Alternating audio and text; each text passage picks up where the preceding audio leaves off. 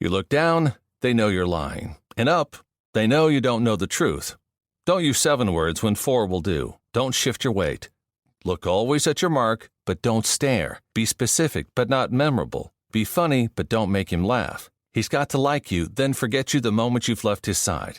And for God's sakes, whatever you do, don't, under any circumstances, listen to Thrive Loud with Lou Diamond. Would you like to learn from those that are taking their lives, their businesses, and their passions to the next level?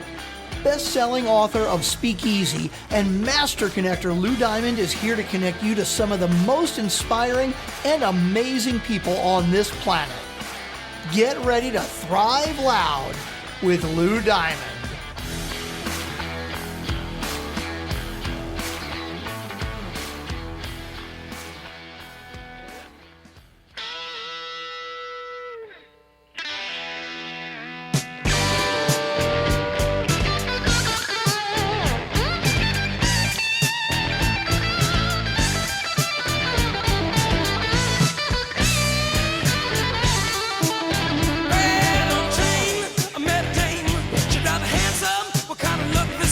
Welcome, everyone, to another spectacular episode of Thrive Loud with Lou Diamond, connecting you to the most inspiring and amazing people that are thriving each and every day. I'm your host, Lou Diamond. And today on Thrive Loud, oh boy, we've got a certified financial planner, professional and certified investment management analyst that brings a brilliant entrepreneurial perspective to his clients and community alike. He's got a book coming out next year, In the Shadow of a Black Sun, which is coming out sometime in 2023. And Thrive Loud listeners, he's coming to us from Arizona. It's a lot warmer there than it is where I'm recording this. It's just after Thanksgiving. We're going to put a nice bow on this year of 2023. We're doing some really cool things people are doing in podcasting and in life. Part of our last little series here on Thrive Loud. I bring you Brent Mekosh. Brent, how are you? Ooh, I'm doing great. How are you doing? I'm doing good. I had the pleasure of being on your amazing program with like the second best voice I've ever heard. You have your partner, Eric. Eric, right? Yes. Yeah. It's like Barry White, like oozing through your headphones. It's amazing. As you listen to this episode when it's produced, you'll hear Steve O'Brien, who's pretty good in his own right. I have to put him on a different pedal, but this guy wowed me when I heard his voice on the program. I'm like, man. You feel a little bit inadequate whenever you get off the show with him because he does sound so good.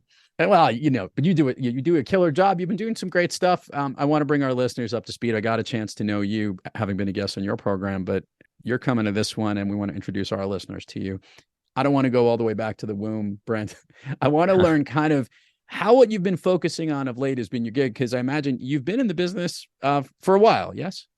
Yeah, in terms of this end of it, on the, I guess, working with individual clients and families, it's been now about 15, almost 16 years or so. And prior to, I guess, this version of my career, I was down on Wall Street for about 10 years on the institutional side. So it's been two financial services in different capacities, but two very different experiences and two very different, I guess, skill sets I had to bring to the table. Talk about them. What did you merge together? Well, my old life, I was a specialist trader on the New York Stock Exchange, and back when 95% of the volume went down through the floor of the stock exchange. And the best way that I could describe that role was, it was basically like, going to school every day in a gym with a bunch of insane adolescents. It was totally crazy. It was fun. It was a unique culture that has probably gone forever as the markets have become far more electronic, but it was a really, really great experience. I wouldn't trade any of that for the world. And I left that in 2006 and traveled for about a year, and then decided I wanted to do something where I was working more one-on-one with individual, families and clients and things like that. And that's what got me into this side of the business. This side of the business is an interesting one, helping to manage the different stages of people's lives. There's been in that window you've just described from, let's say from 2007 and on, it's been quite an interesting financial market over the last You're not kidding, years. man. I mean, I opened my doors on, as I say, on this side of the business, but working with individual clients in October of 2007, which corresponded with the market high before we had obviously the Great Recession. So it was a heck of a way to get going, and a great learning experience. Fortunately, we did learn quite a bit, and we got through it okay. But then, fast forward, we've had COVID, we've had everything that's occurred this year. It's been an interesting time for sure. This is something I help people understand often when it comes to investments. I worked on the street a long time ago. We briefly chatted about this, and one of my mentors gave that lovely lesson. It's never as good as it seems, and it's never as bad as it seems. Whenever, markets and turmoils, which is an important thing for financial planners and helping people understand how to look at the horizon of figuring out all the things you do in with your money, with your retirement, with all the plannings and stages in your life. How do you go about breaking into pieces, maybe, or better understanding or better connecting with your clients to understand what is important to them and how you can help plan effectively for them? Yeah, you really hit on a key point, and it's not as good as it seems, or it's not as bad as it seems either. I do think that we're still kind of in this hangover from, quite frankly, the Great Recession, where the system almost broke. I mean, the financial system was in real turmoil and disarray at that point. And I think what we're experiencing now is something a little bit different. I think there's parts of the economy that for sure are broken that have not recovered. But overall, so far what we're dealing with anyway is nothing to the extent of what we saw back in 2008, 2009. And to your point, in 2021, things weren't as great as as they appeared during that period of time as well. But in terms of dealing with clients, I think that, I view money essentially as stored energy. And when you look at it that way, from a client's perspective, what they're asking for some counsel and advice on is something that they've worked for. It's stored energy from years and years and years of hard work and effort and labor, and it's there's a lot of emotion attached to it, and it makes complete sense. So you've got to, I think, when it comes to investing, you have to recognize that emotion's a part of it. You can't say be unemotional and be robotic, because that's not human beings. People just aren't wired that way. You have to recognize what some of those driving impulses are, but also try not to let that dominate what your decision making is. Brent, there's different stages that you can come across working with someone like yourself. As some people unfortunately should be doing it from the very beginning. But unfortunately, that usually isn't the case. Usually they recognize that they need financial planning when things have gotten more complicated. Yeah. I love asking people that do what you do in this role. If you were to say, okay, what's the most realistic time that you would love to start working with someone if you think about the average person's life, they're single, they get married, they have children, they build a family, they, start a business, sell a business. Is there a certain aspect that you could say, this is the part that I'd love to work with them to get them on the right path earlier on? What's that space? Where does that work for you? If you look at my book, and I'm probably where I might be slightly different from some other planners out there, is a lot of people are going after those retirement dollars. And that's definitely a big part of our business as well. But I also get really excited about, younger people that are in the accumulation stage, whether they're entrepreneurs that are building something outside of a traditional 9-to-5 job, or if they're corporate executives, or they're, like you mentioned, having a family, having different things happening in their lives.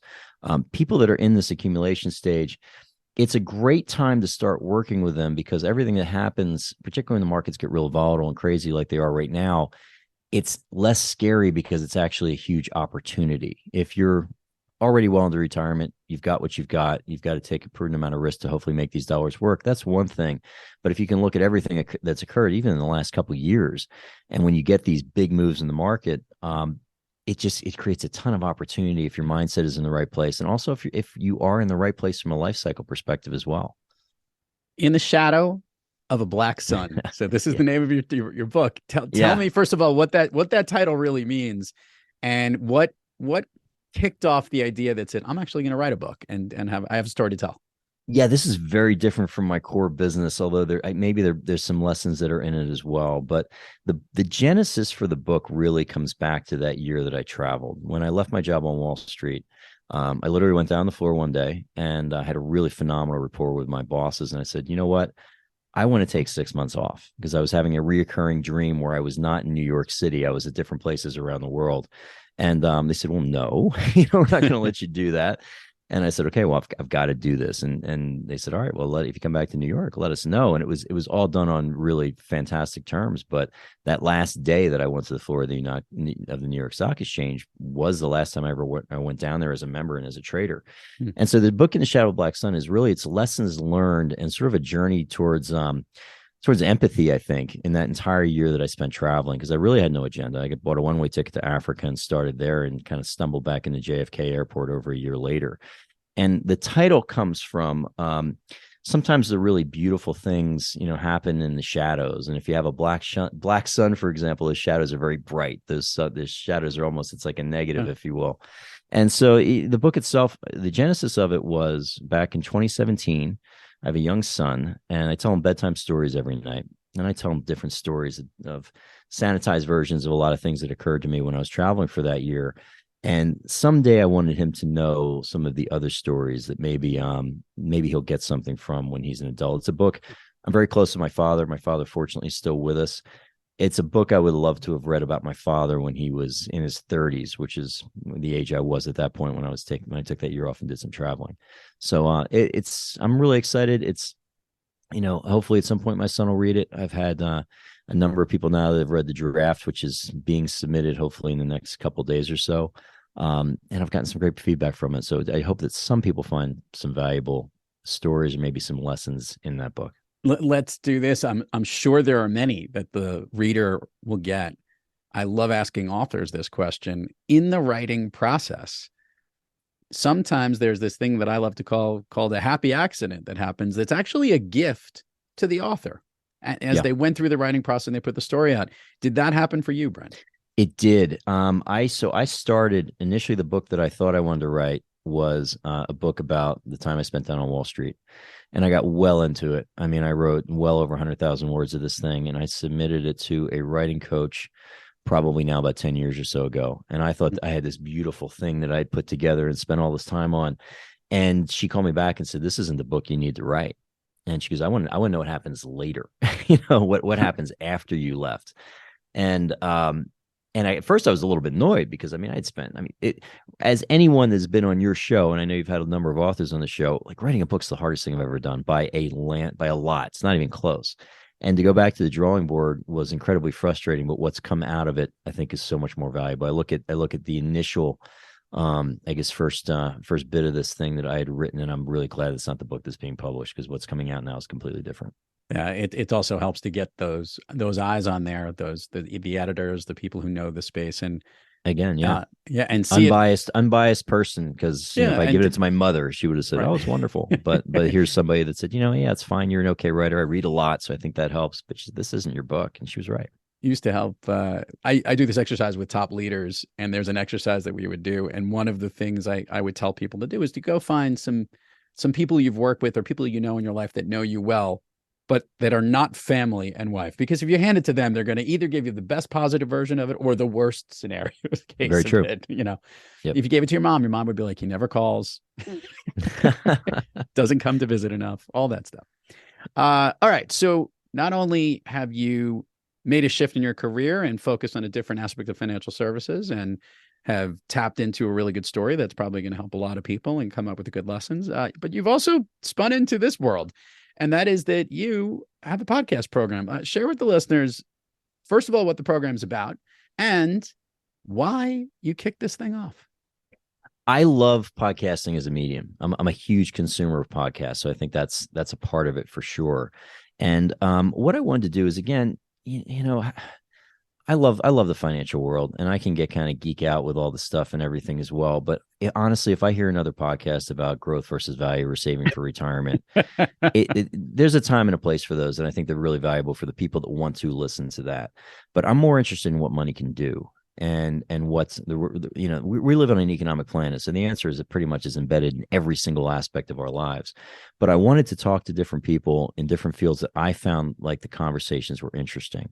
And they might have been people that have nothing to do with what my day-to-day world looks like. Because, if I can increase my own understanding about different things, hopefully bring the listener along with me. I think anytime you're increasing your understanding of the world, hopefully that's going to help you when it comes to multiple decisions, whether it's relationship decisions, financial decisions, that type of thing. So it's a Smart Money Simplified podcast, but what, we covered a lot of other stuff aside from anything financial. I mean, we've had guests as diverse as a cop that does Skid Row in LA that talked about what the drug situation, the homeless situation is looking like in LA. We've had people that have talked about artificial intelligence. We've had people in the steel business. We've had a variety of people in the marketing world, obviously. And it's just been really, really fun to tap into other people's knowledge base and just have a conversation with them. One of the things that just happened this past month this episode's coming out in December, but it happened in November of 2022, was a very confusing, still confusing, scenario that happened in the financial markets around a market that we don't even know if it's really a market or not, and that is in the crypto space. Oh, yeah. Yeah. I just recorded a podcast on that. Actually, it's not out yet, but. Well, so here's a good question, because to somebody that is trying to help people balance out, there's all different types of investment risk, things you can invest on: real estate, alternative investments, traditional stocks, bonds, all that stuff. And everyone's trying to figure out whether to delve into new things, because they're, some of these things take off and they turn out to be great. And many times, and by the way, they still very, very much might go in the direction where things are. When there's such a void of understanding and your clients are asking questions, how do you help provide them at least the comfort and the guidance when you have stuff like this, where there is so much uncertainty? How do you help them gain a better perspective on everything that's going on as it relates to them, to something when no one knows the answers? We who would have ever known, all the stuff that had happened this past month with crypto, and FTX and all the craziness that happened there? No one would know. And let alone most people don't even know what's going in the markets, and it's very suspect. Right. How do you guide your clients on stuff like that? Well, I think you got to educate yourself on it. And so the crypto space to me is very interesting. And, full disclosure, we don't play in that world.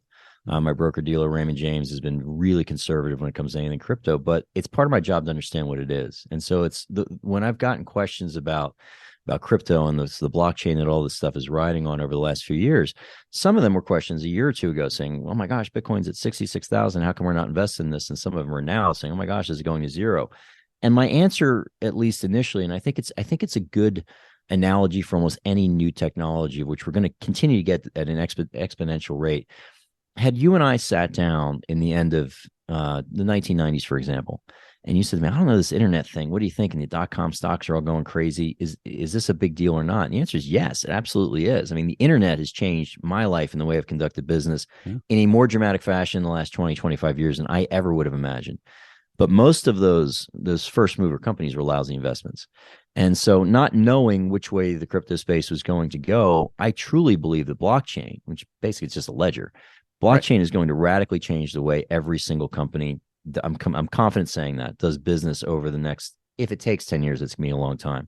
But in terms of the different tokens that you're using to participate in this or to get access to these different networks, which ones are going to last? And I don't know. I don't have the answer to that. I think when it comes to crypto and specifically blockchain, there's a there, and it's going to be something really dramatic that I hope for the good will dramatically change the way business is conducted. But where it's still Wild West phase. Now, I think what will come out of this, you're going to see some regulation come out of this. You're going to see hopefully some guardrails that are put in place, because this is a bad one, but it was pretty classic. What Sam Bankman-Fried did was nothing unusual. He stole money. He had client money on deposit. He stole it. It's happened in the banking world. It's happened in, you name it. In pretty much any emerging business, there's been bad players that have come in and essentially stolen investors' money, and that's exactly what he did, in my take. So I think that's, but obviously crypto, you get precious metals, you get all these different questions that fall outside of our core business, but it's all really interesting stuff. And it's easy for me to have these discussions because there are some I can't give advice on one way or another. Crypto is an example of that, but it's all really fun stuff. And if you want to take the time to sort of geek out on it and drill into it with clients, I'll do that all day long. I think it's awesome. It's actually a fun thing to discuss because the name itself is interesting. And talking about changing all the different businesses. When I heard about the blockchain the first time, and I had somebody come on the show to explain to me how the blockchain worked in the ledger when it first was, everyone was talking about it. And I just kept thinking of all of the businesses that would literally change overnight with the flip of the switch. If you're a homeowner, title insurance was my favorite one, right? Because Absolutely. What do you need a title company for? Yeah, what do I need a title company that, by the way, has been making hundreds of thousands of millions of dollars and billions of dollars across all the different title companies over the year? Technically, that goes away, or it's just a much more secure service online that you're now paying for, versus actually needing to have a document. And all of these things that show that record and how they can make sure it's not hackable and all that stuff is where there was a little bit of a branding issue, because the word crypto obviously goes from one end of it versus blockchain, which is the other. And when you think about all these things, it's like, hiding things, secure things, different things, and now it all of a sudden becomes an exchangeable currency.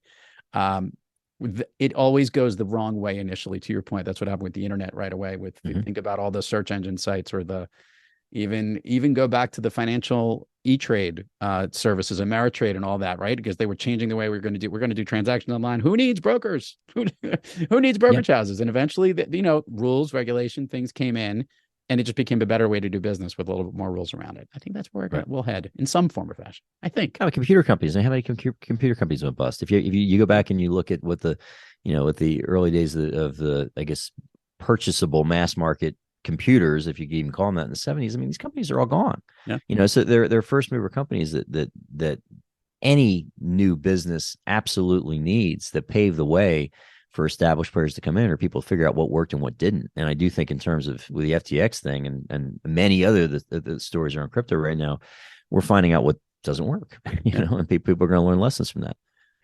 Let's do the admin part of the show, then we'll head down Fun Street. Brent, share with the listeners all the places people can learn about you, where they can get the book and all that stuff when it comes out, all the stuff, places that they can go to. We'll put it in the show notes, but it gets more engagement when they hear it from you.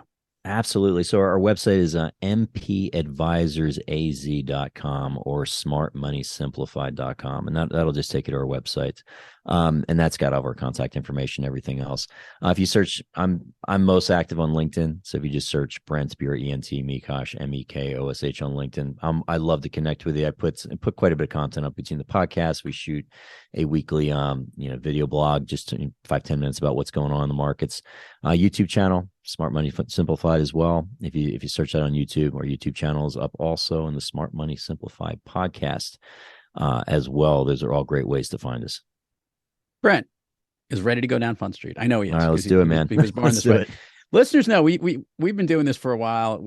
Fun Street started off initially with asking what someone's favorite movie is, which I will ask him because this one's interesting. But we're going to throw a couple of new curveballs to our normal questions here, just because Brent is that flexible and he can handle all this.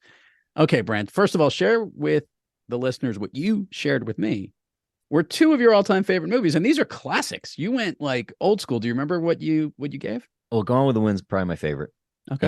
By far. And I just think that I think it's an awesome story. And I mean, and you look at, you both can't stand, but you love Scarlett. You can't stand Rhett, but you also kind of love him. And I just think that those two characters, perhaps they're the greatest characters almost in any book or movie in my mind. That was one for sure. And there's so many other good movies. I'm trying to think of the second one. Gone with the Wind's always my go-to. It's very, classic. very fitting as this is coming around the holiday time, for around the Christmas. It's a Wonderful Life. Yes. Yeah, this is where you and I saw, like, that's one of my top five.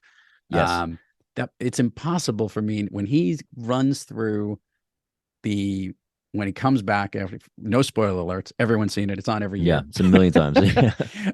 When Jimmy Stewart is running through the town and he shouts, "Hello, old building and loan." And, I'm already waterfalls at this point. I'm like, God damn, why does this happy movie make me cry every single time? So the appreciation it hits you where it's the true story that every single person, the impacts that people have made, it could be in passing. I mean, I think there's people that I've met one or two times, but for some reason the interaction left a mark, and it's impossible to calculate what an impact people make on a day-to-day basis, both good and bad. And I think that movie is awesome at illustrating that. It's I will only let myself watch it during the month of December, but I will probably watch it 10 times next month. I absolutely love it. I know that they air it on, I think it's NBC who owns it or something like that, and they air it once a year, but then you can still get it. I own it, so it's on. Yeah, it's on somewhere else. Mm-hmm. All right, so here's what we're gonna do. We're gonna do a kind of a variation. It's not really a speed round. I'm just gonna ask you a bunch of things. I want to see how you play with this. I'm gonna start off here with something you've recently tried that you'd recommend others to try. Something new that you've played in. It could be anything. It could be something you ate. It could be something you an activity you did, or something you looked at, or movie you watched. I don't know. Something you've recently tried that you'd recommend others to try. I'd recommend others try. That's really tough, actually. Wow, I got to think about it. You definitely caught me off guard with that one. I think I'm pretty up for any kind of food, so it wouldn't be that, movies, books, that type of thing. I read a lot of books. There's nothing crazy or unique there. I did. I was recently asked. This was just a lot of fun. A buddy of mine that was in a Porsche club, and we did track day in his 911 Turbo, which was pretty awesome. And I would just say, and you think if you think you can drive, and I had obviously a train guy next to me, and I was driving this, not my 911 Turbo. I'm surprised he let me drive it, but you realize you don't know how to drive because then you switch seats. And the guy that is in the passenger seat with you shows you what a vehicle like that can really do. And that was actually pretty fun. That was so cool. it's on like a track and you're with a professional driver. Is that how that works? Yeah. And there's other, in this particular club, there's, everybody had their cars out there and they're actually racing, they're on a closed track and they're racing and it's nerve wracking because first of all, you're going a lot faster than even if you're an aggressive driver than you would ever consider. And you don't know what the capabilities of the car are. And there's other people blasting by you. And that was a lot of fun. That was pretty cool. Okay. Something that you've wanted to try that you have yet to do so that you really want to do, some activity or something that's on your list that's like a bucket list type thing that it's been on your mind and you want to engage in. That's another tough one because I've done it. Like I tend to do a lot of the stuff that I want to do that I haven't engaged. Well, publishing a book. How about that? We're going to do that pretty soon. That's been my number one bucket list thing to do, and it's going to happen real soon, but it hasn't happened yet. So, gotcha. Of late, do you like music, Brent? I love music. Okay. Of late, a song that's kind of been in your head or one that you've been listening to, maybe one that pumps you up.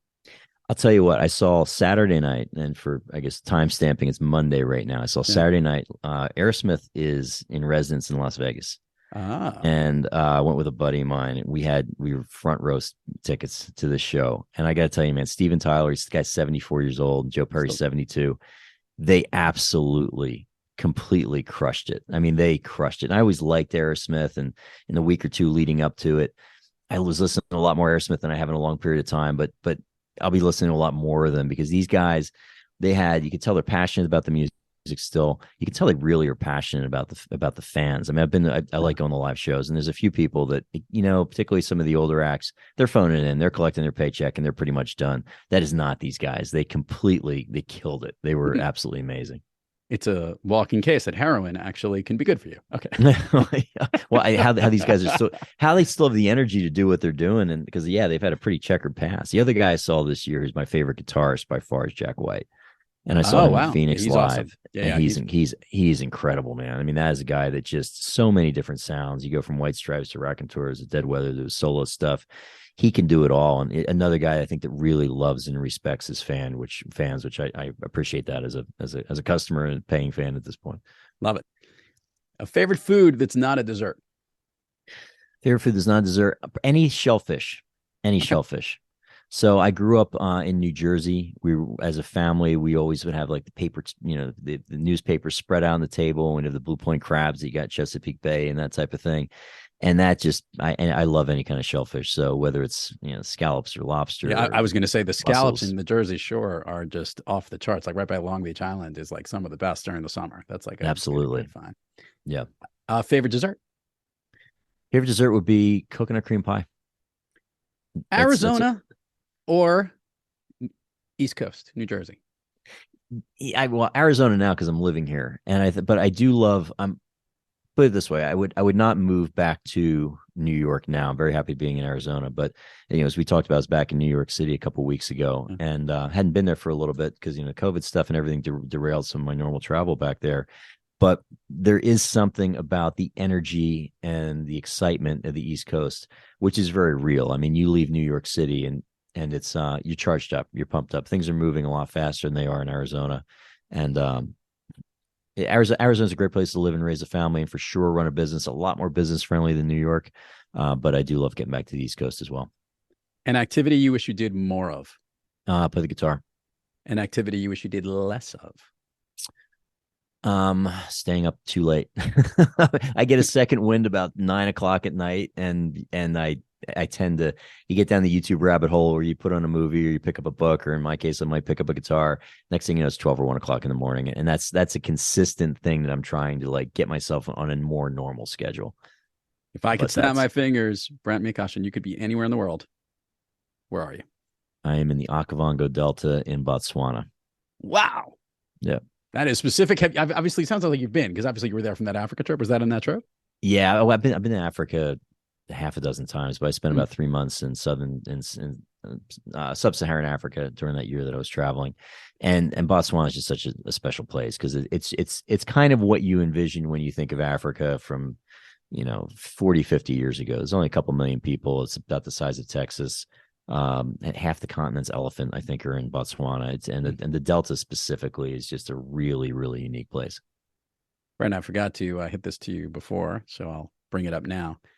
We all are thriving. You've been thriving throughout your whole career, ups and downs, lots of good stuff, and building a great business and podcasts, books, and authoring, which means on most days you're kicking on all cylinders. But sometimes we're not on our A game and we're a little off of it. Brent, when you have trouble thriving, what practice do you seek, or maybe which individual do you seek out to get back on the thriving track?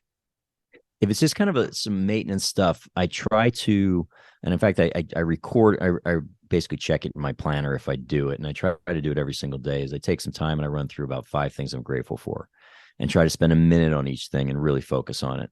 And what's amazing about that is if you are, you're annoyed about something, ticked off about something, if you're not in the best state, and you actually start to really think about it, you're like, wow, I've got abundant flowing water 10 feet away from me where, there's probably 2 billion people that don't have that on the planet. And you can get really grateful really quickly if you look at just all the amazing stuff that's around you. And that's a real quick way to change your mood. Otherwise, I'm very fortunate in the sense that, supportive family. I'll definitely talk to my wife if I need a little boost, and I'll go to my mother and father independently for different things. Your mother, if you want the nurturing and somebody just to listen and not give you advice. Your dad, if you want maybe a kick in the butt a little bit to get moving and stop whining. But those are mostly what I will do for sure. Brent, truly a pleasure to have you on Thrive Loud. Thanks for coming on the program, man. Great to have you here. Lou, I really appreciate this. This is a great conversation. Thanks for having me on. You got it. And to all our listeners out there, thank you for joining us. And until next time, keep moving onward and upward. And remember, be brief, be bright, be gone.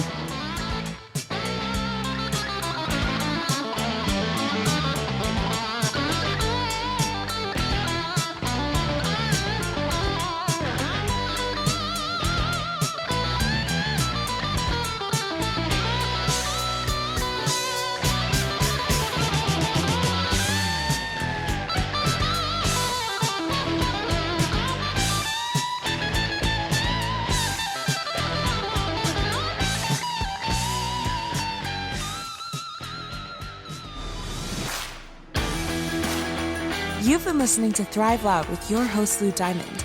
Check us out on the web at thriveloud.com and follow us on Instagram, LinkedIn, Twitter, and Facebook at Thrive Loud. And check us out on the Good Pods app at Thrive Loud, where you can follow, listen, and connect directly to Lou and all of the Thrive Loud episodes. Thanks for listening.